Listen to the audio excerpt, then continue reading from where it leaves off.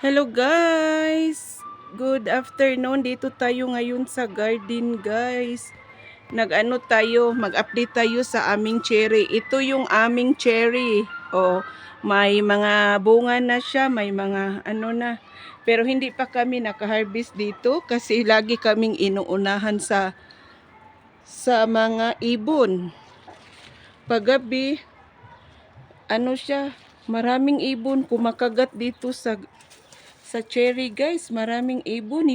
Yung kwaknit sa Bisaya, yung anong tawag diyan? Bat.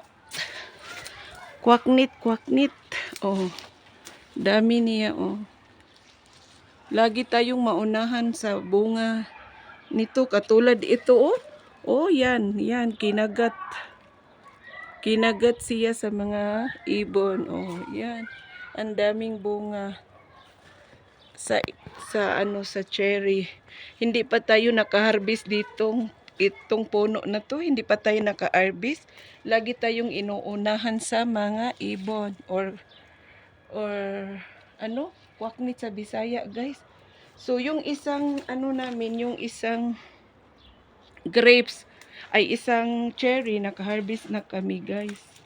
Naka-harvest na kami sa isang puno. Ganyan lang siya kalaki, oh. Ganyan lang siya kalaki yung ating puno sa cherry. Sa kabila, medyo malaki siya. Tapos naka-harvest na kaming 2 beses sa puno ng cherry. Oh, yan. Thank you for watching.